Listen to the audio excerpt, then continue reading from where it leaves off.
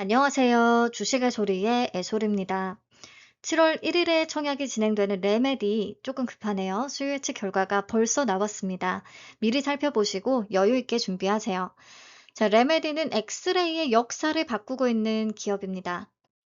우리 엑스레이 시장은 오랫동안 대형화, 고설량, 고출력 중심으로만 발전해 왔어요. 이런 기술적인 한계 때문에 의료 및 비파계 검사 현장에서는 항상 소형화와 저설량에 대한 미충족 수요가 존재했습니다. 회사는 이 미충족 수요에 도전하고 있어요. 자, 보시면 지금 기존에 대부분 쓰이고 있는 병원 엑스레이는 발생부 무게만 약 200kg에 달합니다. 이렇게 되면 이동은 당연히 불가능하고 커다란 기구들이 필요하며 무조건 방사선 차폐 시설도 갖추고 있어야 합니다. 가격도 당연히 굉장히 고가겠죠. 근데 오른쪽 그림을 보시면 레메디가 개발한 제품은요, 소형화, 저설량 원천 기술을 통해 발생부를 2.4kg에서 4kg까지 초경량화에 성공했습니다. 이를 통해 기존 엑스레이 사용이 원천적으로 불가능했던 재난 현장이나 이동 검진, 군부대 의료, 방문 진료 등등이 가능해진 상태예요. 자, 그럼 본격적으로 회사의 주요 사업 영역을 보겠습니다. 세 가지 포트폴리오가 있는데요. 1번 의료, 2번 비파계 검사, 3번 부품 사업입니다. 의료 사업으로는 휴대용 엑스레이 제품과 AI 기반의 영상 진단 솔루션을 유기적으로 결합해서 판매합니다. 비파계 검사 쪽은 자동차 배터리 2차 전지 검사를 중심축으로 전개하고 있고요. 앞으로 반도체나 전력 설비 등 다양한 산업 분야로 적용 범위를 더 확대한다는 계획입니다. 그리고 엑스레이의 핵심인 엑스선 튜브와 고전압 발생 장치를 자체적으로 개발하고 생산해서 부품부터 완제품까지 모두 영위하는 구조를 하고 갖추고 있어요. 자, 그럼 다음으로 회사의 핵심 경쟁력을 말씀드리겠습니다. 첫 번째, 플랫폼 원천 기술 경쟁력입니다.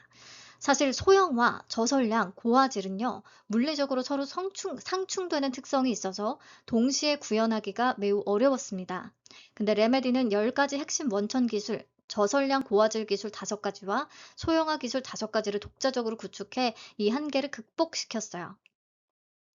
자, 두 번째, 원천 기술의 제품화 및 사업화 역량입니다. 아무리 기술이 좋다고 해도 사업의 성공은 고객이 원하는 제품을 얼마나 빠르게 개발해서 시장에 출시하느냐에 달렸습니다. 레메디는 원천 기술을 바탕으로 엑스레이 튜브, 자동차 배터리 검사 장비, 식품 검사 장비 등등 다양한 라인업을 신속하게 상용화했습니다. 그 결과 지난해에 출시한 신제품인 엑스캠 10을 제외한 모든 라인업들은 전부 실제 판매 실적 레코드를 보유하고 있는 상태입니다. 자, 세 번째, 글로벌 경쟁사를 압도하는 스펙입니다. 레메디의 주력 매출원인 휴대용 엑스레이 KA6는 글로벌 최고 수준인 미국 M사와 일본 F사의 제품과 비교했을 때 객관적 지표로 우위를 입증합니다. 우선 영상의 화질을 결정짓는 핵심 기준인 관전압, 관전류, 초점 크기 중에 특히 초점 크기가 경쟁사 대비해서 2배 이상 작고 좋아서 압도적으로 고화질을 구현합니다. 그리고 무게가 2.4kg에 불과해서 경쟁사 대비 엄청나게 가볍고요. 배터리 완충 시간이 경쟁사보다 압도적으로 짧으면서 1회 충전당 촬영 횟수는 경쟁사 대비 2배 이상 많다고 합니다. 자, 네 번째, 국제사회가 검증한 4대 레퍼런스입니다. 1번, 인도 정부의 공공의료 인프라 구축 사업에 당당히 선정돼서 현재 2,000곳 이상의 공공의원에 제품 공급이 진행되고 있습니다. 2번, 일본 정부의 우크라이나 지원 사업에서 일본 자국의 쟁쟁한 경쟁사 제품들을 제치고 한국의 레메디 제품이 최종적으로 채택됐습니다. 3번, 미국 나사에서 진행한 1년 6개월간의 엄격하고 가혹한 검증 과정을 모두 통과하면서 기술력과 최고 수준의 신뢰성을 공인받았습니다. 4번, 필리핀 결핵협회에서 레메디 제품을 들고 현장에서 1년 이상 결핵 스크리닝 사업을 운영한 결과 실제로 결핵 발생률이 감소하는 효과를 보였다는 공식 사업 성과 리포트가 발표됐습니다. 다섯 번째, 글로벌 인허가로 구축한 진입 장벽입니다. 의료기기 사업은 인허가가 기본적으로 가장 큰 장벽이 되죠. 특히나 레메디의 제품은 의료기기 인허가와 방사선 안전 인허가를 동시에 획득해야 되기 때문에 규제 장벽이 훨씬 더 높습니다. 특히 방사선 안전 인허가는 국가별로 다 따로 받아야 된다고 해요. 레메디는 이미 미국, 유럽, 일본을 포함한 주요국 인허가를 모두 확보했고요. 이후에 인도, 태국, 호주, 말레이시아, 우크라이나, 필리핀, 멕시코, 모로코, 이스라엘, 미얀마 등에서 허가를 받았습니다. 후발주자가 단기간에 절대 따라올 수 없는 그런 거대한 진입 장벽이자 핵심 자산을 구축한 거죠. 자, 이를 기반으로 전 세계 45개국에서 안정적으로 제품을 판매하고 있고요. 매출의 90% 이상이 해외 수출에서 나오고 있는 상황입니다. 자, 앞으로 성장 전략을 알아볼게요. 우선 글로벌 시장에서 힘을 더 키우려고 하고 있어요. 현재 인도, 인도네시아, 필리핀, 방글라데시 등 중점 타깃 국가에서 정부 주도의 대량 공급, 공공의료 인프라 사업에 진입했다고 했잖아요. 이 파트너십을 더 확대해 나가면서 향후에는 이미 인프라가 좀 성숙한 미국이나 유럽, 일본 이런 선진 시장의 홈케어나 이동식 진단 시장에 진출을 한다는 계획입니다. 자, 그리고 아예 신시장으로 노리고 있는 게 세 가지가 있는데요. 첫 번째, 2차 전지 전극 접힘 검사용 비파계 검사 장비. 배터리 내부의 전극 불량이 대형 화재의 직접적인 원인이 되잖아요. 그래서 불량 검사가 굉장히 중요한데요. 기존의 비파계 검사 장비는 4,200kg의 어마하게 무거운 고정형 장비였고요. 전수조사가 불가능했기 때문에 랜덤 샘플링 테스트 위주였다고 합니다. 음. 자, 반면에 레메디의 제품은 소형화 원천 기술 덕분에 무게가 비교 안 될 정도로 가볍고요. 배터리 전체를 실시간으로 다 잡아내는 전수조사가 가능합니다.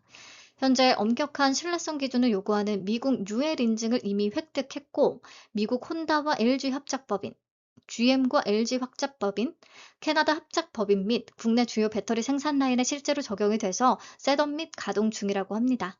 그리고 이 비파계 검사 장비는 24시간 365일 풀 가동이거든요. 특히나 배터리 라인에 들어간 장비는 매 3초마다 엑스레이를 계속해서 배출합니다. 이 강력한 가동성 때문에 제품의 라이프 사이클이 딱 1년 정도라고 해요.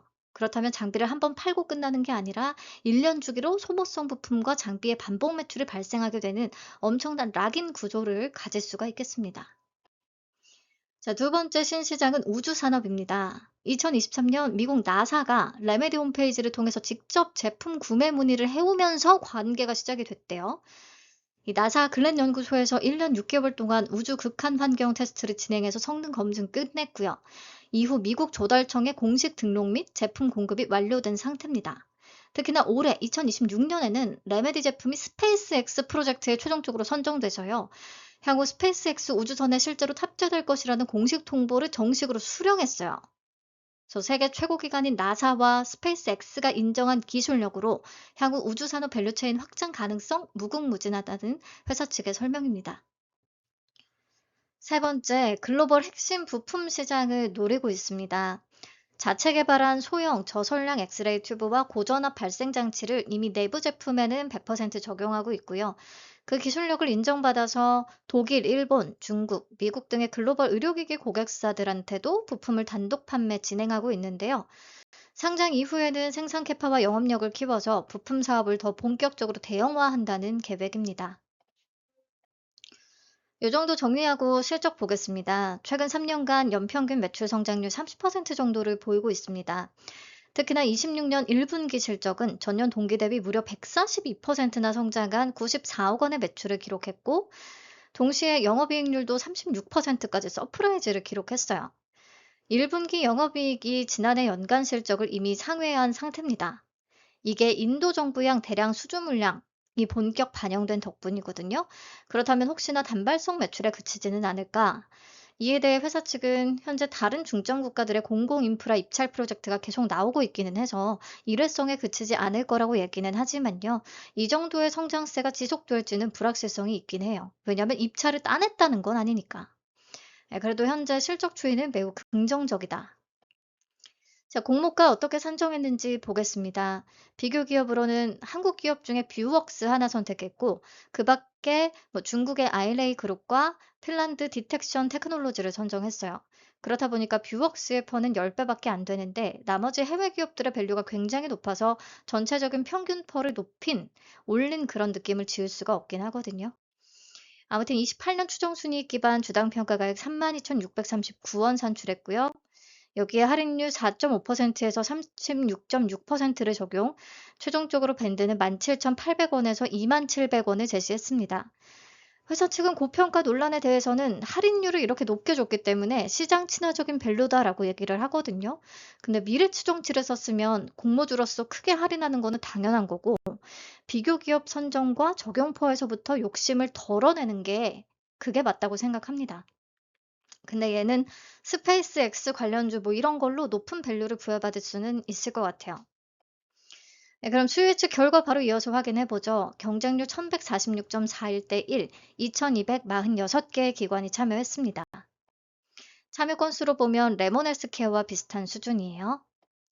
가격 분포표 보겠습니다. 하단 미만을 써낸 기관이 한 개 있지만 거의 다 상단 이상을 적어내면서 공모가는 상단으로 확정됐습니다.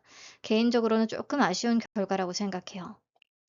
의무 보유 확약 보시죠. 건수 기준 20.57%, 수량 기준 17.93%로 아주 낮지도 그렇다고 높지도 않은 그런 수준을 기록합니다. 확약 참여도가 점점 낮아지고 있어요. 그리고 단기 위주로만 참여를 하고 있고요. 그래서 표를 보시면 최근 종목들 중에서는 그나마 매드업이나 한패스와 비슷한 수준으로 볼 수가 있겠고요.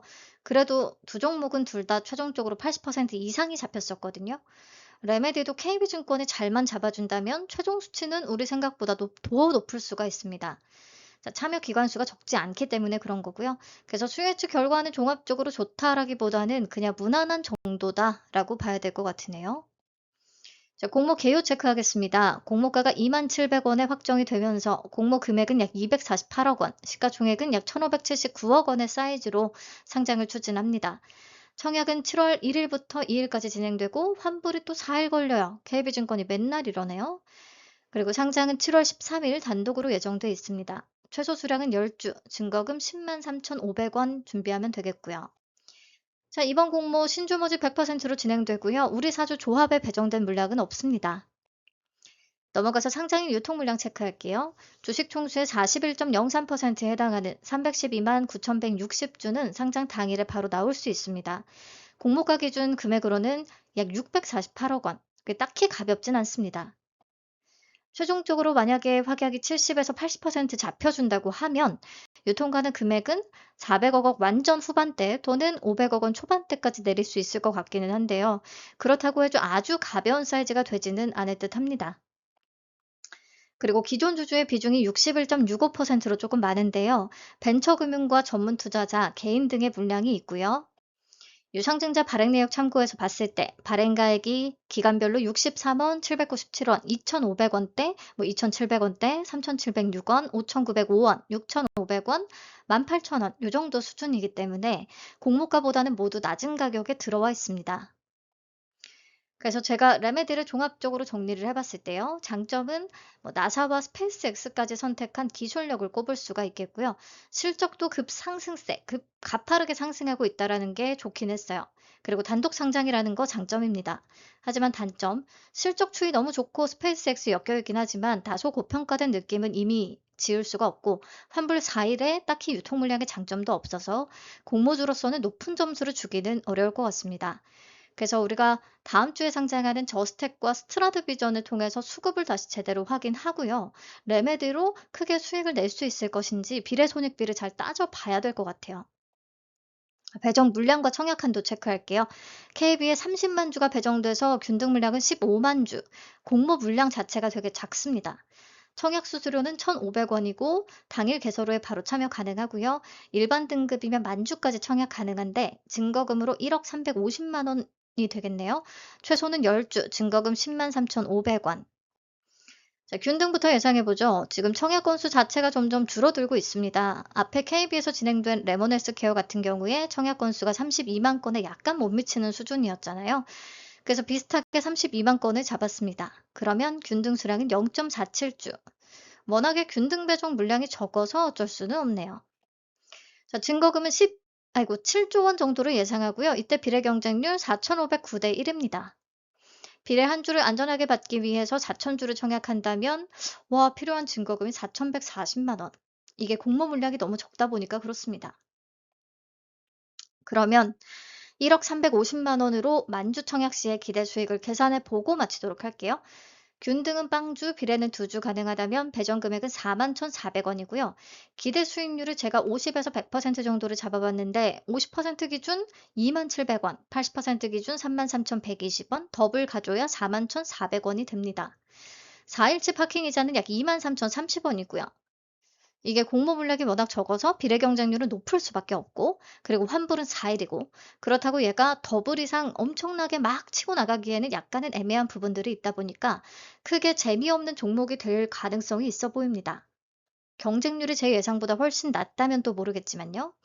이 대출은 전혀 추천드리고 싶지 않아요. 우리가 그 저스텍과 스트라드 비전의 성과가 모두 좋아서 레메디의 기대 수익률을 조금 높여 잡을 수 있다면 좋겠습니다. 네, 그럼 레메디의 수요 예측 결과와 함께 금요일 잘 마무리하시고요. 주말에 에너지 충전해서 월요일 아침 우리는 저스텍의 상장 라이브로 만나 뵙도록 하겠습니다. 감사합니다.